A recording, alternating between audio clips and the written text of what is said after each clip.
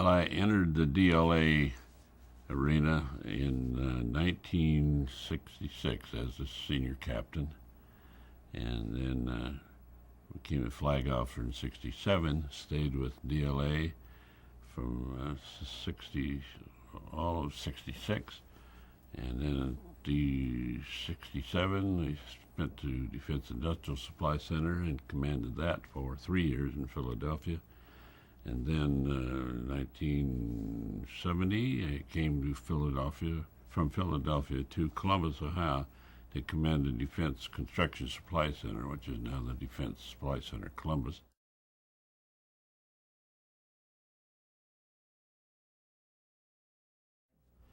Well, being a naval officer and liking the Navy, I was probably not excited with joy to be ordered to a Defense Logistic Agency where it was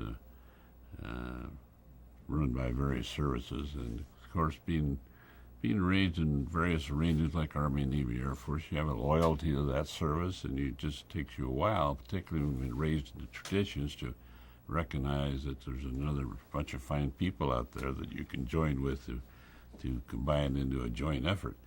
And it was a pretty new thing in those years to begin taking the services and integrate them, and which is what they did. Of course, that brought out the term of the purple suit, because they had to recognize that we were all an entity within ourselves, and that we were no longer, we were naval officers first, but we really were joint staff officers working together to bring about a common good. And most of the officers in those days went kicking and screaming into those type of billets, because it was a tough arena to move into when you had your interests were not quite there and your visions weren't there, and you were raised in a different thought process, to recognize that, gee, this is going to overhaul the whole system now. Is this what I want to be a part of today or not?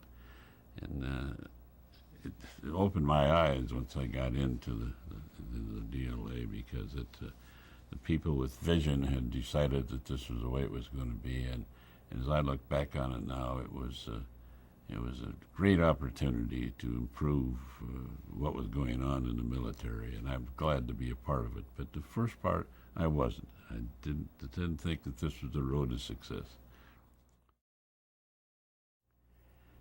Well, I think I'm pretty simply, when I had command of a supply center, for example, we were served basically the Navy.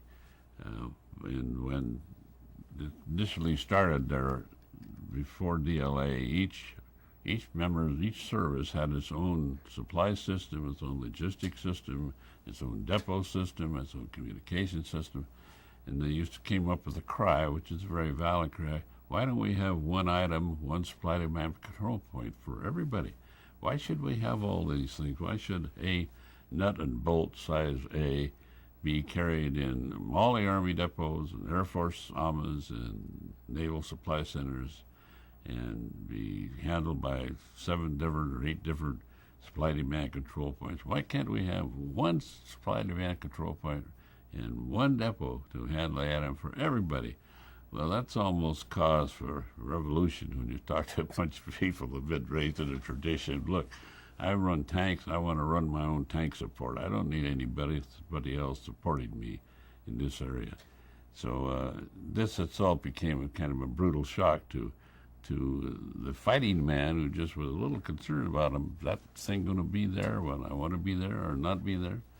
And after I got into the arena and recognizing transportation, communications, and logistics support can come from any place as long as it's organized to support the common mission. And that came about to be. And the people with vision had a tough time selling this to the fellows who go back to the Navy, and their battleships was going to be there forever, and the battleship sailors couldn't have nothing to do with carriers. They just didn't see any sense in it. But fortunately, our world and our country has people with vision in it. In those days, there were the promotions in DLA for naval officers. You have to be recognized. I'm being a little frank on this, but the Navy was not as visionary as they should have been in some of these arenas, and they did not put their best officers in these areas, as shown by the promotions that were not being made in DLA among naval officers. And I think, fortunately for me, when I got into that area, the timing was right. We had some very good Admiral Goldberg was chief of the Supply Corps, and Admiral Joe Lyle was the head of DLA, and I'm sure they recognized the importance of, because people in the Navy, such as myself and other folks, were saying, hey, we got to do something about statistics of this non-promotion of naval officers in DLA and in the Joint Staff. I was the first admiral who was selected as from captain who was in DLA at the time. And then the following year, I think Ed Renfro, who was one of the contract administration officers, was selected for his first star.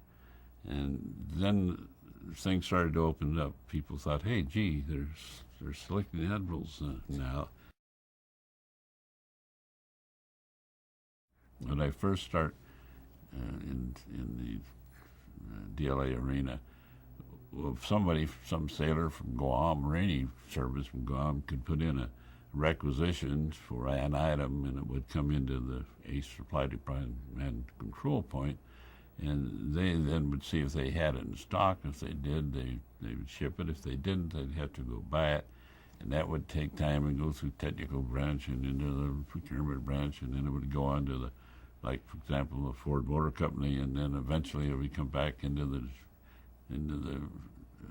system again and be repackaged and packaged and shipped to Guam, and maybe it'd take a month to get a package to Guam. After we were there a few years, doing this, we had some real bright people working in DLA at that time and elsewhere. We came up with a thought here in DCSC that, look, why don't we, when we get a request in by communication techniques, and we don't have it, why don't we just arrange with Ford Motor to get on the same frequency with computers, and we'll just pass that requisition to Ford Motor, and if they have it, then they'll pack it, ship it back to the guy in Guam, and he'll get it in 3 or 4 days. And it doesn't take a genius to figure out that makes good sense. And that's what DLA was all about, and as a result of that, we were part of the future, and it became very exciting.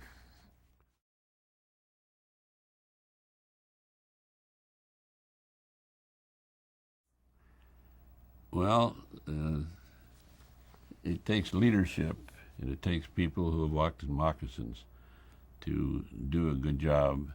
And in the DISC, we had about 100 officers, Army, Navy, Air Force, Marines, and these officers are put in strategic points because they were recognized, having been out in the field, and we had rotating officers in and out of ships, in and out of forts, in and out of airplanes, into the logistics system. And these people were recognizing what it's like to be on the other end. The civilians are magnificent people, and I have great respect for the people who work in the civilian arena, within the military. But unfortunately, they don't have the time nor the capabilities to have a career as a civilian and rotate back and forth overseas, and that's what sailors and soldiers are about. They're the people that are on the fighting line. Those are the people that are the only reason we're in business, to support them.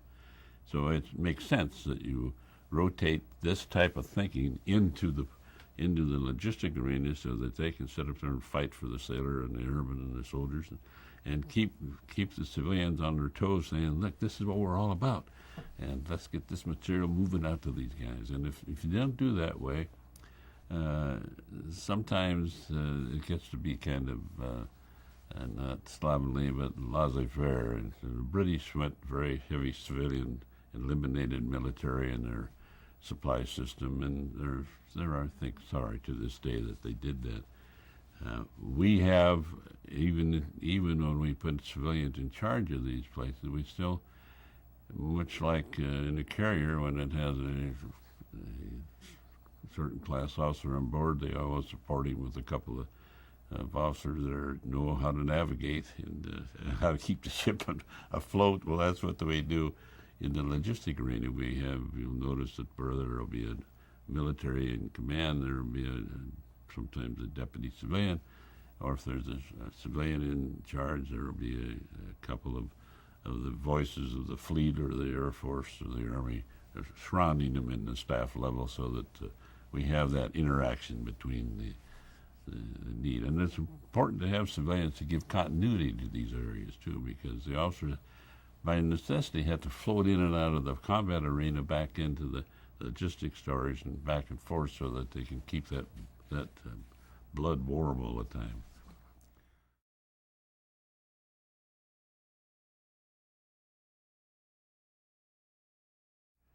Well, I guess the best way I can express how was the world at the time was at the change of command here at Defense Supply Center. I was standing in the receiving line with my wife, and Jane and I were greeting guests when the aide came up to me and said, "Admiral, we got a call from the security department at Ohio State University, and they wanted to get some tear gas because they're having a riot on the campus." And I turned to Jane and said, "My God, what kind of a town is this? The university's having a riot." And that was the condition of what was going on in our country in those days. Kids were going to college and fighting Vietnam, and the country wasn't unified against Vietnam. And in fact, it was extremely difficult for even if you had children in college at those times who just couldn't understand why we were in Vietnam. And we had to support these people because our country had decided to do this, and it was very vital and critical that the military who were trained do their job and do it right. And DCSC had to become weapon-oriented, and they, much like DISC, rose to task and very rapidly brought out their best people and developed techniques and computer systems and transfer systems so that we could figure out a way, like I indicated, to getting that parcel out to Guam in 2 days instead of a month. And that was very important, and DCSC was a very big part of the area. And it emerged from being the old Army depot here into a very 20th century magnificent logistic support point. And I was glad to be a part of that.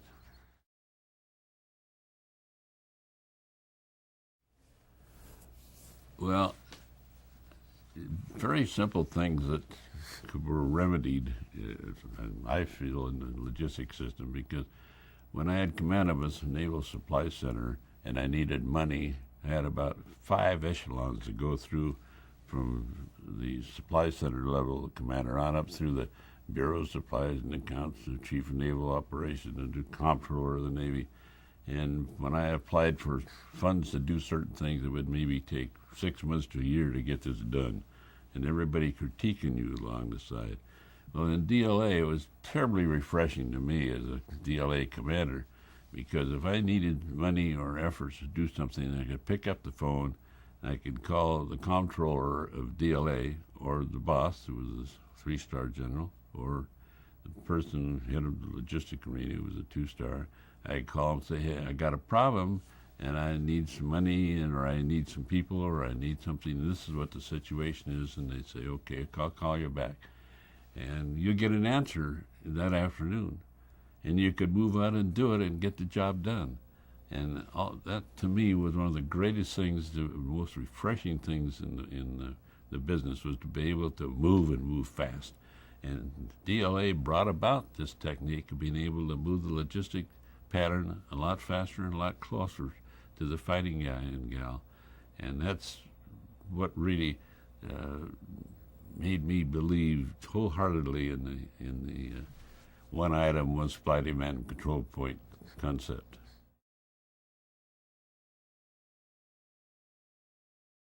Well, I think I mentioned to you the other day about when I came here that this place, DCSC, who was struggling to be a part of the DLA concept, that in this community of 500,000 people, it was known as the old Army Depot. And when I came here, it was still called the old Army Depot. And it was very difficult to try to get this community to recognize that, look, this is not an Army depot anymore. It's a real defense logistics center that's out there supporting the weapons. And I used to tell the Chamber of Commerce and the folks downtown that you people got to quit calling us the old Army depot. You got to call us what we are, a defense supply center, because they're closing down Army depots all over the place, and they're opening new and expanding the defense logistics system, and that's the way of the future.